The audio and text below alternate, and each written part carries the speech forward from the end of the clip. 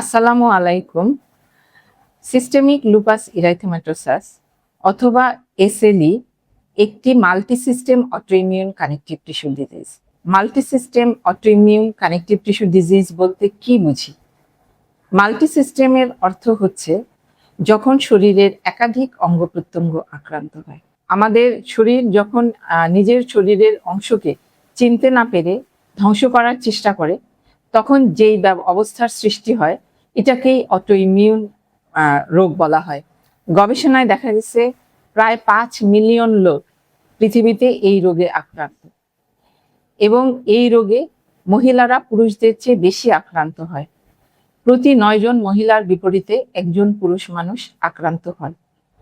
মহিলাদের মধ্যেও অল্প বয়স্ক, সাধারণত 15 থেকে 45 বছর বয়সী মহিলারাই এই রোগে বেশি আক্রান্ত হয়। তাহলে এখন আমরা দেখি এই রোগের লক্ষণ কি। আমি একটু আগেই বলেছি যে এই রোগে মাল্টি সিস্টেম অথবা শরীরের একাধিক অঙ্গ প্রত্যঙ্গ আক্রান্ত হয়। তাহলে আমরা এই রোগে যখন কোনো মানুষ অথবা অল্প বয়স্ক মহিলা বিশেষত জ্বর, গিরা ব্যথা, চামড়ায় র্যাশ অথবা অত্যন্ত ক্লান্তি, অস্বাভাবিক আচরণ, শরীর ফুলে যাওয়া, প্রস্রাবে ফেনা হওয়া, খিঁচুনি, হাত পা দুর্বল হয়ে যাওয়া ইত্যাদি নানা রকম লক্ষণে আক্রান্ত হয়, তখন অবশ্যই আমাদেরকে চিন্তা করতে হবে যে এই রোগীটা কি এসএলইতে আক্রান্ত। এসএলই রোগ নির্ণয়ের জন্য কিছু পরীক্ষা নিরীক্ষা আছে, যেমন আমরা আশা করি এএনএ টেস্টটা প্রায় সব রোগীর জন্যই পজিটিভ হবে।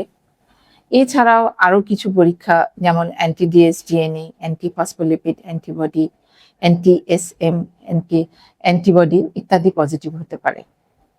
রোগ নির্ণয়ের পরে আসে চিকিৎসার ব্যাপার। চিকিৎসার ক্ষেত্রে এসএলই রোগীদের চিকিৎসা মূলত নির্ভর করে রোগের তীব্রতা, এটি কোন অঙ্গ আক্রান্ত করেছে, এই রোগীর পরবর্তীতে বাচ্চা কাচ্চা নেওয়ার সম্ভাবনা কতটুকু, এই রোগীর আর্থিক অবস্থা কেমন ইত্যাদির উপরে। তাহলে সবকিছু বিবেচনা করে আমরা এই রোগটিকে মৃদু, মাঝারি, তীব্র, অতি তীব্র এভাবে ভাগ করি এবং সেই অনুযায়ী চিকিৎসা দিয়ে থাকি। এই রোগের রোগীদের জীবনযাত্রার কিছু অল্প পরিবর্তন এই রোগীদেরকে অনেক সুস্থ রাখতে সাহায্য করে। সেই জীবনের পরিবর্তনের মধ্যে যদি রোগী ধূমপায়ী হয়, অবশ্যই ধূমপান ছাড়তে হবে, নিয়মিত কিছু ব্যায়াম করতে হবে, পেশেন্টের সবসময় সুষম খাবার দাবার খেতে হবে, খাবারের ভিতরে তেল চর্বিযুক্ত খাবার কম খেয়ে বরং শাকসবজি, ফলমূল এগুলা বেশি খাওয়া প্রয়োজন। আর এই রোগে যেখানে রোগীর ত্বকের সংবেদনশীলতা থাকে, সেখানে কিন্তু রোগীদের বাহিরে যাওয়ার পূর্বে সানব্লক ব্যবহার করতে হবে। তারা ছাতা অথবা সারা শরীর ঢেকে কাপড়ও ব্যবহার করতে পারেন। এই রোগের চিকিৎসায় সারা পৃথিবী ব্যাপী অনেক উন্নতি হয়েছে। আজ থেকে 50-60 বছর আগে এই রোগের বেশিরভাগ রোগী 5 বছরের মধ্যে মারা যেতেন, কিন্তু এখন এই রোগের প্রায় 90% রোগী 10 বছর পর্যন্ত বেঁচে থাকেন। এই রোগের চিকিৎসার সফলতার ছোঁয়া বাংলাদেশেও লেগেছে, এবং এই রোগে বাংলাদেশে এখন আক্রান্ত রোগীদের ভালো চিকিৎসার ব্যবস্থা আছে। আপনি যদি যথাসময়ে রোগ নির্ণয় করে যথাযথ চিকিৎসা করেন, তাহলে এই রোগ নিয়েও সুস্থ এবং প্রায় স্বাভাবিক জীবনযাপন করা সম্ভব।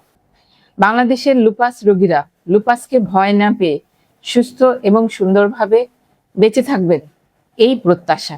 ধন্যবাদ সবাই।